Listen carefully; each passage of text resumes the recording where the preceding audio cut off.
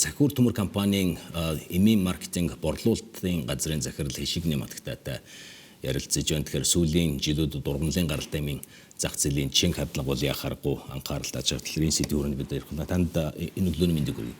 Өглөөний мэндийг хүргэе. Яг одоо Монголд аваад үзэхлээр эмийн зах зээл дээр ялангуяа аваад үзэхлээр одоо уламжлалт одоо ургамлын гаралтай гэдэг маань нэгдүгürt уламжлалаа дагсан зүйл байна уу? Эсвэл яг бодит эрэлт дээр суурилсан шин тренд үүсээд яваад байгаа юм. Яг танай компаниуд бол бодит тоо мэдээллийг хараад үзэхэд юу харагдчих юм? Ер нь л уламжлалт ангаах ухаан гэдэг маань өөрөө яг уламжлалт ангаах ухааны эмийн эмчилгээ гэдэг нь өөрөө 70-80% нь ургамал дээр суурилсан байдаг. Энэ дээр нэмээд одоо эрдэс, витамин, эрдэс тэгээд дээр амьтны гаралтай бүтээгдэхүүнүүд ингээд нийлээд уламжлалт ангаах ухааны ингээд нийт эмчилгээний чиг хандлага 100% болж байгаа юм л да. Тэгэхээр яг манай компанийн хувьд болохоор 100% ургамлын гаралтай аюурведын ангаах ухааны одоо эмийн бүтээгдэхүүнүүд дээр ажилладаг. За тэгээд одоо сүүлийн үед яагаад энэ уламжлалт ангаах ухаан гэдэг юм илүү тренд болоод тренд гэж одоо ч бүр яг олон улсын хэмжээнд стратеги төлөвлөлт нь хийгдсэн. Сая 2025 оны 10 сард Дэлхийн эрүүл мэндийн байгууллагаас 2025-аас 2034 он хүртэлх олон улсын уламжлалт эмийн стратеги гэдэг юмыг баталсан. Тэгэхээр энэ нь юг хэлээд байна гэхээр зүгээр энэ бол тренд биш, яг бодлогын зохицуулттайгаар хөгжүүлэх ёстой гэдгийг нотолж байгаа юм. Тийм. За. Танай компани хараад үзвэл ер нь яг модны бүтээгдэхүүн дээр байгаа модны компани гэж тодорхойлж болох нь нэг талаас хараад үзэх юм бол яг сүүлийн 5 жилд ургамлын гаралтай эмийн эрэлт ер нь яг аль талдаа хамгийн их хөгжиж байгаа юм. Ер нь юу гэж гэдэг нь стрессээс хамгаалж гэдэг юм эсвэл дархлаас айжруулж аль сегментээр хамгийн их одоо өндөр өсөлт үзүүлж байгаа юм. Одоо уламжлалт ургамлын эмнүүд болохоор нийтлэг хэрэглэгдэж байгаа үндсэн 3 одоо сегмент байгаа юм. Нэгдүгээр нь болохоор архаг хууч өвчин буюу одоо бидний сайн мэддгээр одоо гүйлсэн булчирхай уруусал хоолойны ангийн тий. Тэгээд тэр нь зүрхэндээ ордог, үе мөчөндөө ордог гэдэг архаг хууч бол явж. Тэгээ бөөр шээс дамжуулах замын өвчлөлүүд, илэг цусны өвчлөлүүд гэдэг эдгээр одоо архаг хууч өвчнүүдийн барих хэмжилгээ, урьдчилан сэргийлэх хэмжилгээ гэдэгт хэвтэлгүй хэрэглэгддэг. Хоёрдугаарт нь болохоор тархлаа дэмжих, ханиа томоноос урьдчилан сэргийлэх, ханиа төрсөн үед эдгэрэлтийг түргэсгэх зорилготой. Гуравт нь болохоор стресс менежмент, тэгээд нойргуудл сэтгэл зүйн тогтвортой байдлыг батжуулах юм дэмжих зорилготой. Энэ зүүн юм 3 зорилготой уламжлалт ангаах ухааны бүтээгдэхүүн хэрэглэгдэж байгаа. Бид нар сая 2020 он 21 он гэдэг яг ковидын нэг хэсэг үеийг өнгөрлөө шүү дээ. Энэ үед хүмүүс юуг сурсан бэ гэхээр вирусын эсрэг юм хэрэглэлт юм байна. Яг өвчин үүсгээд байгаа үүсгэгчийн эсрэг. Тэгтэл нөгөө үүсгэгчийн эсрэг хэрэгжилж байгаа эм маань бөөр, илэг, зүрх гэмтээдэг тий. Тэгвэл нь ийм архаг хууч өвчин буюу одоо жишээ нь гүйлсэн булчирхай өрөөслөөр жишээ аваад үзье л та. Ингээ хоолой нийтэлсэн, юм залгиж тохиолдсон тий. Тэгэн гутал яадаг вэ гэхээр антибиотик хэрэгэлдэг, халуурдаг, халуун бууруулах юм хэрэгэлдэг. Халуун бууруулах юм хэрэглэлээ, халуун буулаа, антибиотик хэрэглэлээ, хэд хоног хэрэглэсний дараа ингээд идэ бэрэн татаад нөгөө хоолой зүгүүрлэлсэн юм шиг санагддаг. Тэгтэл ингээд дархлаа нунаал даарч хөрөөл эхлэн гутал дахидаг. Тэгээ ерөөс ингээд салдгүй. Тэгэн гутал энийг хүмүүс ингээд хэвийн юм шиг хүлээж аваад байдаг. Гэтэл энэ бол тэр хүний өвчин идэгцэн үгүй юу идгээгүй 70 хэлбэрт орчиж байгаа. Капсул хэлбэрт. Тэгэхээр уламжлалт ангаах ургамлын юм болохоор яаж юм гэхээр тэр 70 байгалгаад байгаа дахин сэтрээд байгаа тэр өвчнийг урт хугацааны турш ямар нэгэн хор аюулгүйгээр үр дүнтэйгээр эмчлэх боломж нь алгаад байгаа. Гэтэл бид нар антибиотикийг ингээд 14 хоногоос дээш уух, вирусын эсрэг юмыг олон хоногоор уух ямар ч боломжгүй тий. Тэр нь өөрөө уламжлалт ангаах байгаа. Тэгэхээр аливаа юм архаг хууч өвчнийг одоо суураас нь эмчлэх, ер нь дахилтгүй байлгах тэр боломж нь уламжлалт ангаах байгаа. Тэгэхээр энэ Монгол улсад яагаад ингэ айгүй хэрэгтэй байгаа вэ гэхээр Монгол улсад одоо халдварын бус шалтгаантай өвчлөл нь 70-80% байдаг. Өвчлөл нийт өвчлөлийн одоо дийлэнх нь халдварын бус шалтгаантай нэг тохиолдол биш гэсэн үг байхгүй.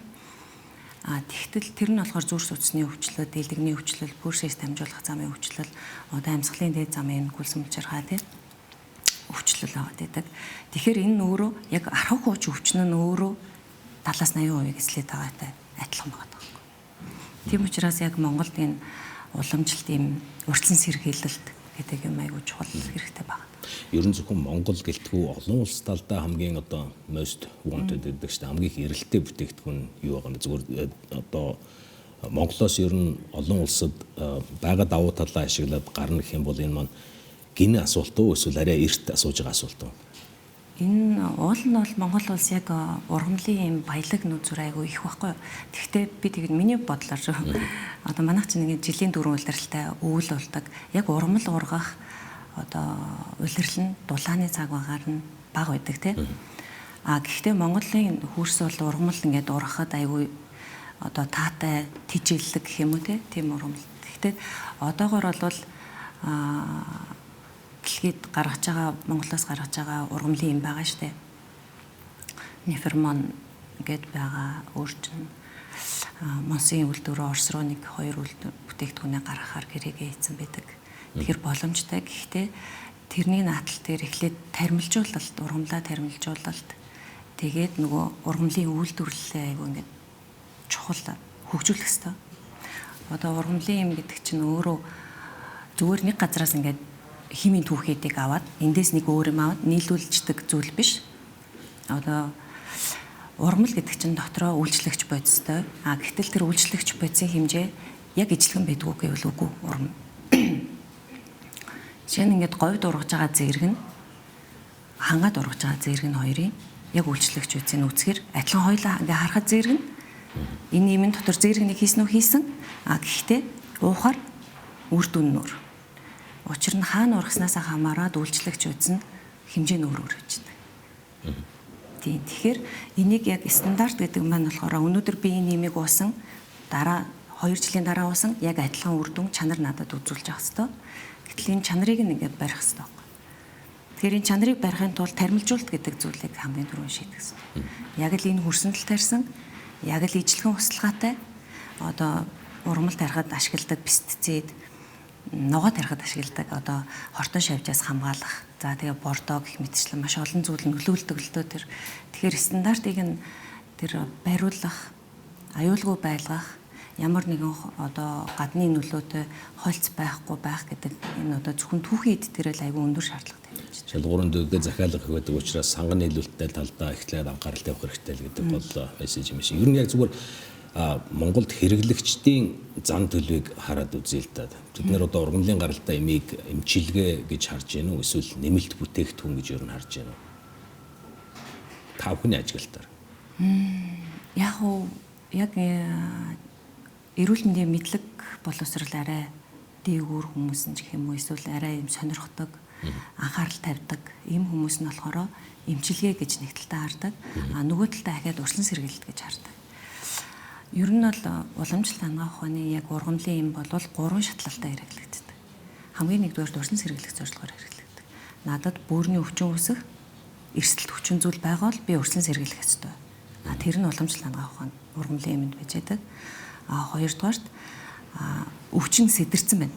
Би яг одоо ингээ антибиотик эмчилгээ авч байна тий. Тэр үедээ хавсарч хэрэглэх юм бол эдгэрэлтийг түргэсгэж өгдөг. Буцаагаад нөгөө гаж нөлөөг нь боруулж өгчдөг. Дараа нь ингээд нөгөө шинж тэмдэг нь арилжлаа, зочмог үе нь багасчлаа гэсэн үг л дээ. Тэгээ үргэлжлүүлээд дараагийн сэдрэлтээ сэргийлэх зорилгоор хэрэгэлдэг. Тэгэхээр ингээд өрсөн сэргийлэн сэдэрсэн үед нь хавсралт яг Европ манаа ухаантайгаа зөв хэрэглэн үргэлжлүүлээд барих хэмжлэгээ олгож хэрэглэдэг. Бүхэл шатанд нэр бол зүгээр хэрэглэгчүүднээс танай бүтээгдэхүүнийг ер нь хаанаас авч болох юм бэ? Манайд чинь нэг Хималайн бүтээгдэхүүнүүд байхгүй аюурведын хангах ухааны суурин дээр бий болсон. Тэгэхээр ханганы одоо нэг борлуулалтын сүлжээнд бол бүх химийн сангуудад байж байгаа гэсэн. Бүх химийн сангуудад байж байгаа. Хамгийн сүүлд нь бас та товчхон хариулахгүй ер нь одоо ирэх 5 жилд яг ургамлын гаралтай эмчилгээ аль талдаа шилжинэ гэж харж байна.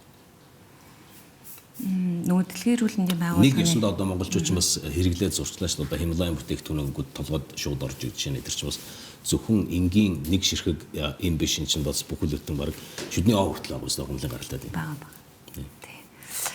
Тэгээд тэр нөгөө дэлхийн эрүүл мэндийн байгууллагын гаргасан стратегийн дагуу болно ирээдүйн 9 жилийг урьдчилаад төлөвлөж байгаа.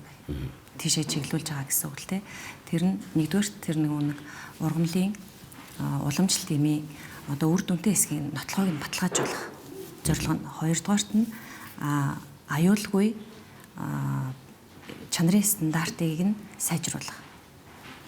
Гуравдугаарт нь болохоор Европ ангаа ухааныг уламжлалт ангаа ухаантай хэрхэн зөв хооронд нь хослуулж хэрэглэх аюулгүй үр дүнтэйгээр хяналттай хэрэглэх вэ гэдэг. Тэгэхээр одоо ирээдүйн чиг хандлага бол яг Европ ангаа ухааныг уламжлалт эмтэл хавсруулж хэрэглэх. Тэгээд. За маш их баярлалаа бидэнд энэ өглөө ярилцлага өгсөнд. Тэгэхээр үзэгчдийн хувьд бол Хямлайн бүтээгдэхүүнийг хэрэглэж байгаа бол Сахиур төмөр компани энэ болон бусад маш олон шинэлэг ургамлын гаралтай гэдэг хамгийн органик юмуудыг оруулж ирж байгаа юм. Тэгэхээр хэрэглэгчдийн хувьд бол нэлээд танил гэдэг үг.